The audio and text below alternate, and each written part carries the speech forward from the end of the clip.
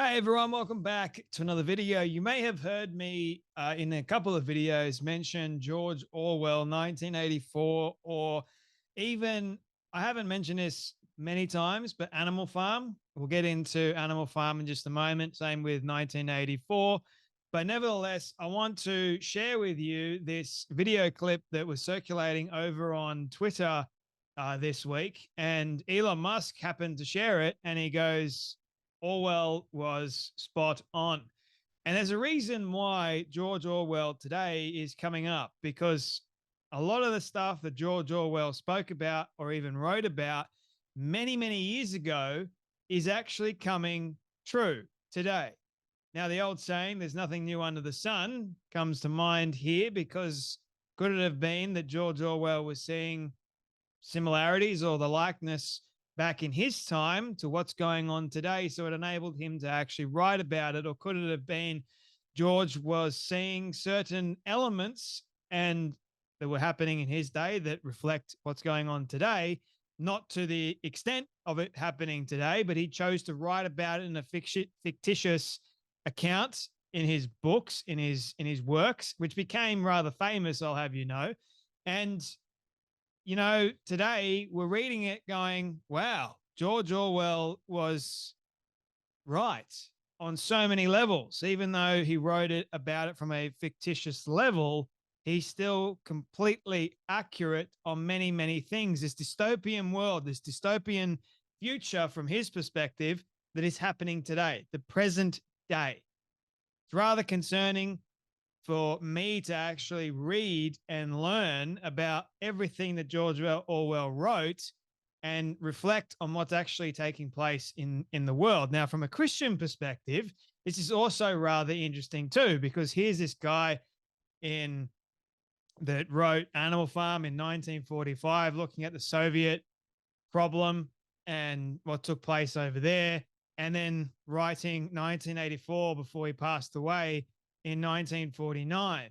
So as a Christian, I'm also going, all right, what did he know back then from either a spiritual sense, if he, I don't think he did, but if there was such a thing for him, but looking at it from my perspective now, looking at the Bible and also cross-referencing George Orwell stuff to what's happening today and what happened in the Bible many, many thousands of years before any of this stuff even happened, it makes me go, you know what? Nothing new is under the sun. Everything has a great deal of similarities to them to some extent. I don't think it's like what's happening today, because I don't think we've ever seen anything like this today in terms of the technology that we've got, and also the rabid, insane politicians that we've got. But nevertheless, I wasn't alive during Caesar's time. I wasn't alive during Augustus' time. I wasn't alive during Nero. I wasn't alive during the Roman times. But if I read up on history and what history has written for us and see exactly what took place during that period of time, it's quite similar to today. Just saying. And if we're not careful, we're going to end up in a great deal of hurt.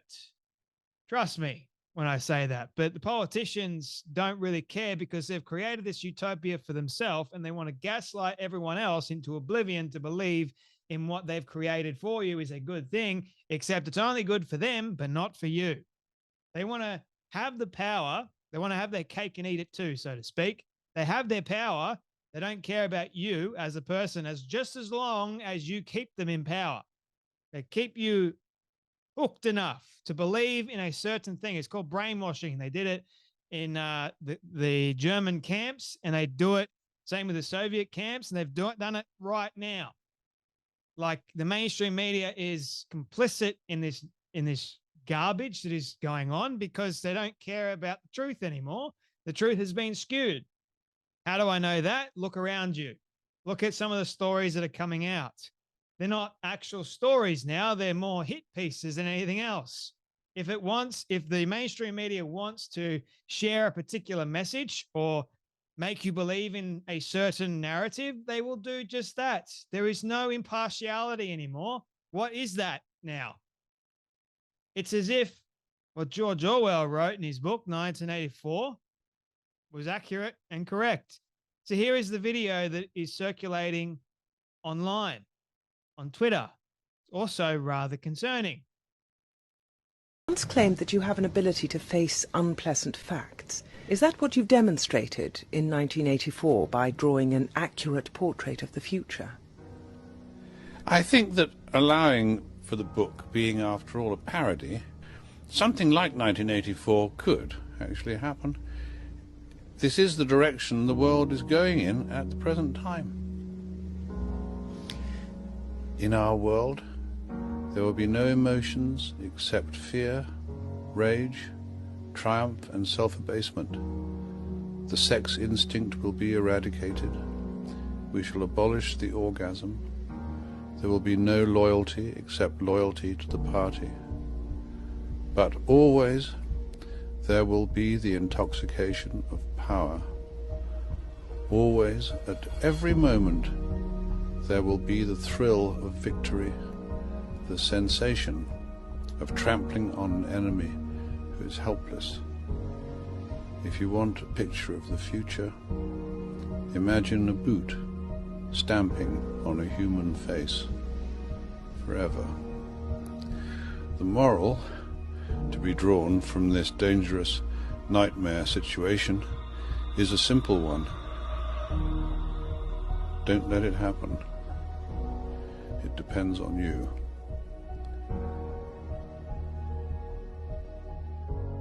Now, George Orwell didn't make it to 50. He died in his late 40s.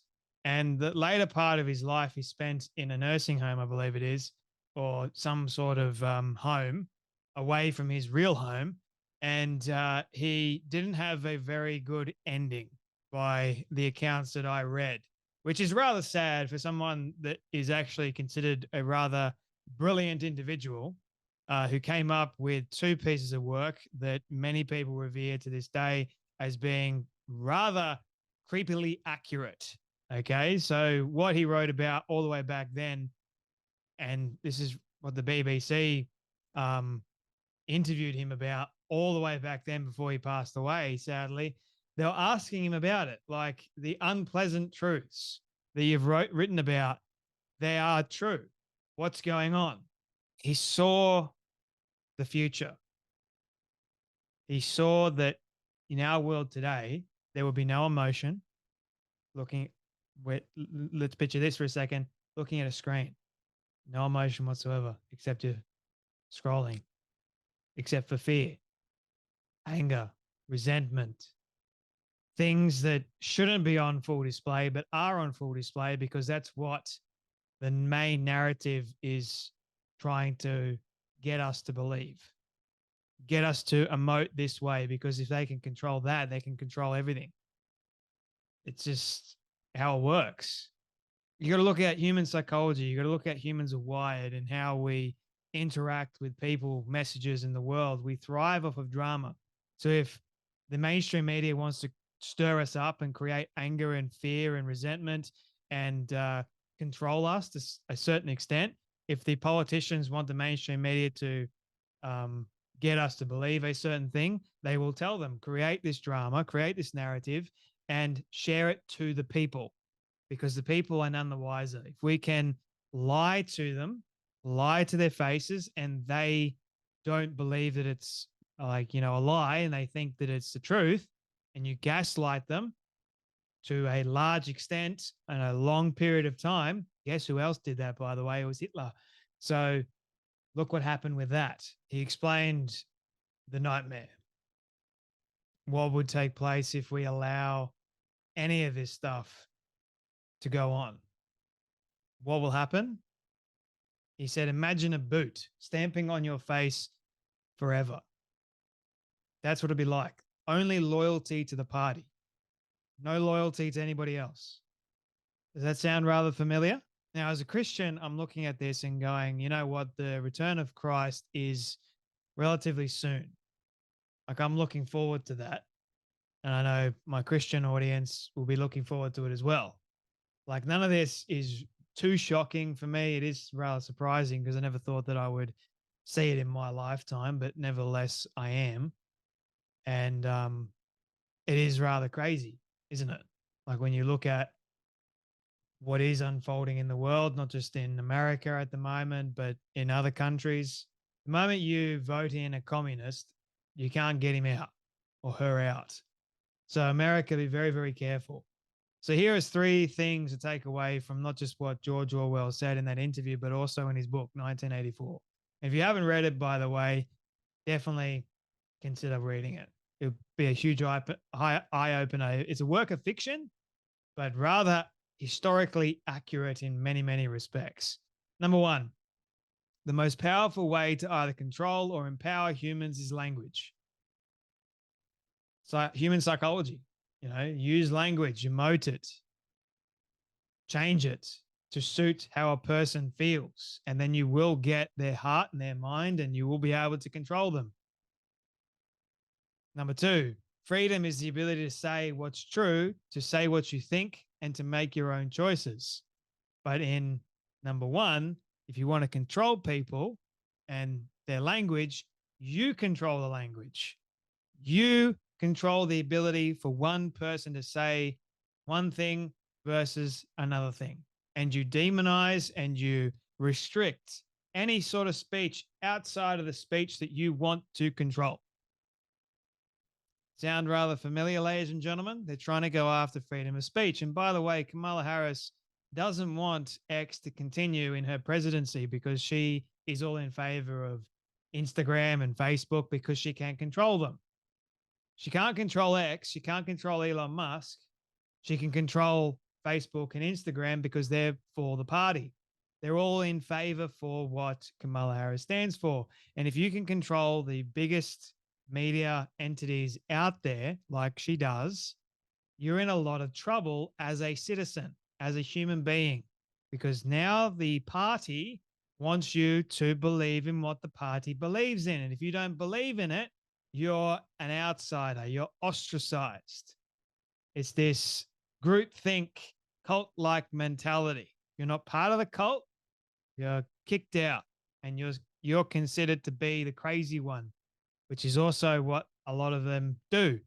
They're gaslighting you.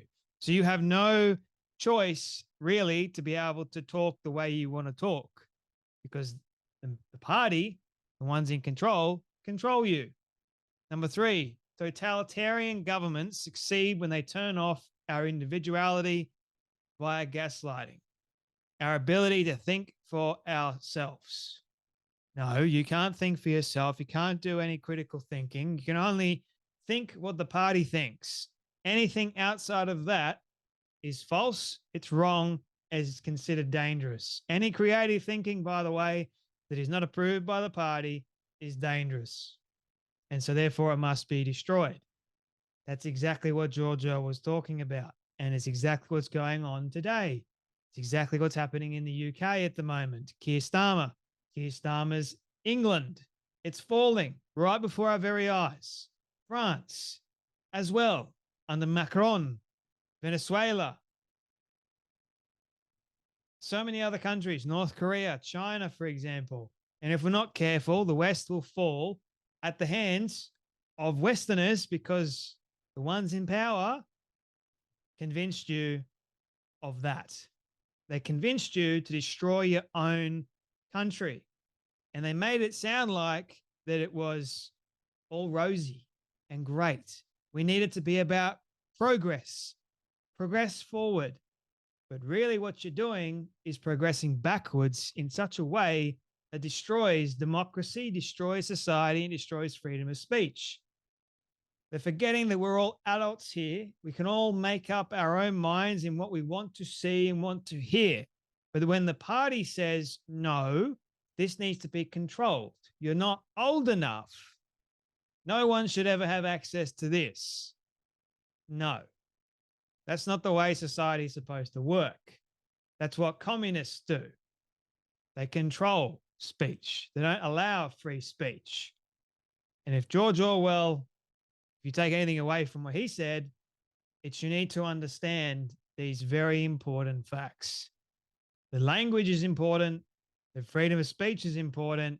And if we let this happen on a continuous basis, society will end as we know it. Something to think about, for your weekend. You guys take care. You be blessed. I'll see you all in the next video.